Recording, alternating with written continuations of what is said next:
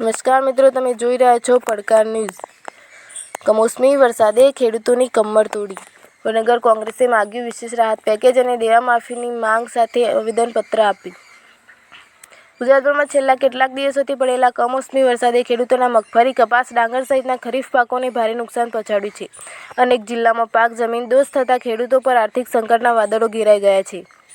ગુજરાત પ્રદેશ કોંગ્રેસ સમિતિએ રાજ્ય સરકારને તાત્કાલિક સર્વે કરી પાક નુકસાનના વળતર માટે વિશેષ રાહત પેકેજ જાહેર કરવાની માંગ કરી છે। કોંગ્રેસે આરોપ લગાવ્યો છે કે છેલ્લા 7 સિઝનમાં રાજ્યના ખેડૂતો વાવાઝોડા, અતિવૃષ્ટિ અને કમોસમી વરસાદના ભોગ બન્યા છે, છતાં સરકાર ફક્ત રાહત પેકેજની જાહેરાત સુધી સીમિત રહી છે। હકીકતમાં ખેડૂતોને જાહેર થયેલી રકમનો 30 થી 35% જ હિસ્સો મળે છે। કોંગ્રેસે જણાવ્યું હતું કે ગયા વર્ષે જુલાઈ-ઓગસ્ટ 2024 દરમિયાન અતિવૃષ્ટિ, ઓક્ટોબર 2024ના કમોસમી વરસાદ અને હાલના વરસાદે ખેડૂતોની હાલત ખૂબ વધુ ખરાબ કરી છે। ઘણા ખેડૂતો પાક લોન ભરવામાં અસમર્થ છે અને આવનાર શિયાળુ વાવેતર માટે બિયારણ, ખાતર ખરીદવા પણ મુશ્કેલી અનુભવી રહ્યા છે। વડનગર કોંગ્રેસે રાજ્ય સરકારને તાત્કાલિક પગલાં લેવાની માંગ કરી।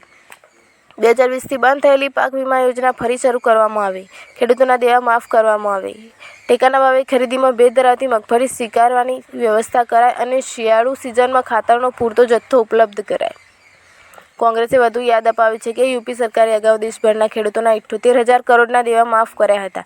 તેવી જ રીતે ગુજરાત સરકારે પણ સંવેદનશીલ વલણ દાખવી ખેડૂતોને આ સંકટમાંથી બહાર કાઢવા મદદ કરવી જોઈએ। અહેવાલ નાગજીભાઈ ઠાકોર, પડકાર ન્યૂઝ, વડનગર।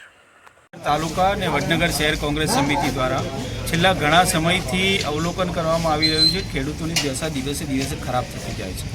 શિયાળુ પાક બગડ્યો, ઉનાળુ પાક બગડ્યો, ચોમાસું બગડ્યો અને હવે ફરી પાછી શિયાળાની શરૂઆત થઈ ત્યારે પણ સતત કુદરતની આફતની સામે ખેડૂતો પાયમાલ થતા જાય છે, એમનો પાક બરબાદ થતો જાય છે। દિવસે દિવસે ખેડૂતોનું દેવું પણ વધતું જાય છે। ભૂતકાળમાં તમે જોઈ શકો છો, જ્યારે કોંગ્રેસની સરકાર હતી એ જમાનામાં ભારતની જીડીપીમાં ખેડૂતોનો 70% એગ્રીકલ્ચરનો ભાગ આવતો હતો। આજે 18% પણ નથી રહ્યો એગ્રીકલ્ચરનો દેશના વિકાસમાં।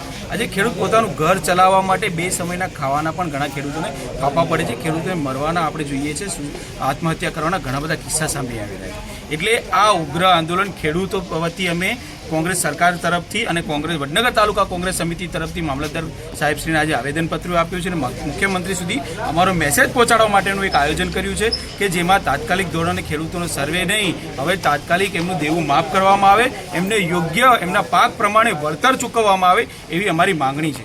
અને જો આ દિન 10માં આ વસ્તુ નહીં થાય તો આવનાર સમયમાં કોંગ્રેસ ગામડે ગામડે જઈ વધુ ઉગ્ર આંદોલન કરવા માટે પણ ચીમકી આપે છે અને ચક્કાજામ કરવા માટેની પણ અમારી તૈયારીઓ છે। ખેડૂતો માટે અમે અડધી રાત્રે સમગ્ર કોંગ્રેસ પાર્ટી અમારા વડનગર તાલુકા તરફથી અમે તૈયાર છીએ।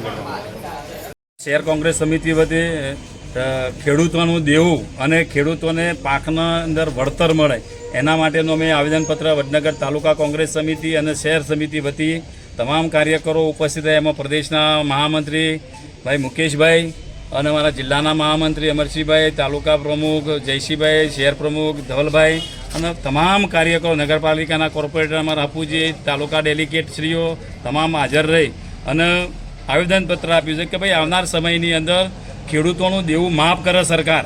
કારણ કે જો ઉદ્યોગપતિઓનું લાખો કરોડ રૂપિયા કેન્દ્ર સરકાર માફ કરતી હોય તો ખેડૂતો તો આ દેશના અન્નદાતા છે, એ જગતનો તાજ છે। સમગ્ર ચોમાસાની અંદર આખું ચોમાસું વરસાદ આવ્યો, એના અંદર કારણે ખરીફ પાક પણ નિષ્ફળ ગયો, રવિ પાક વાયો, એની અંદર આ કમોસમી વરસાદ આવ્યો, એના કારણે રવિ પાક પણ ઉગતો અને ઉગતો બગડી ગયો। એટલે ખેડૂત અત્યારે દેવાદાર થતો જાય છે દિવસે દિવસે અને ખેડૂતની જે સ્થિતિ છે એ બેહાલ થઈ ગઈ છે।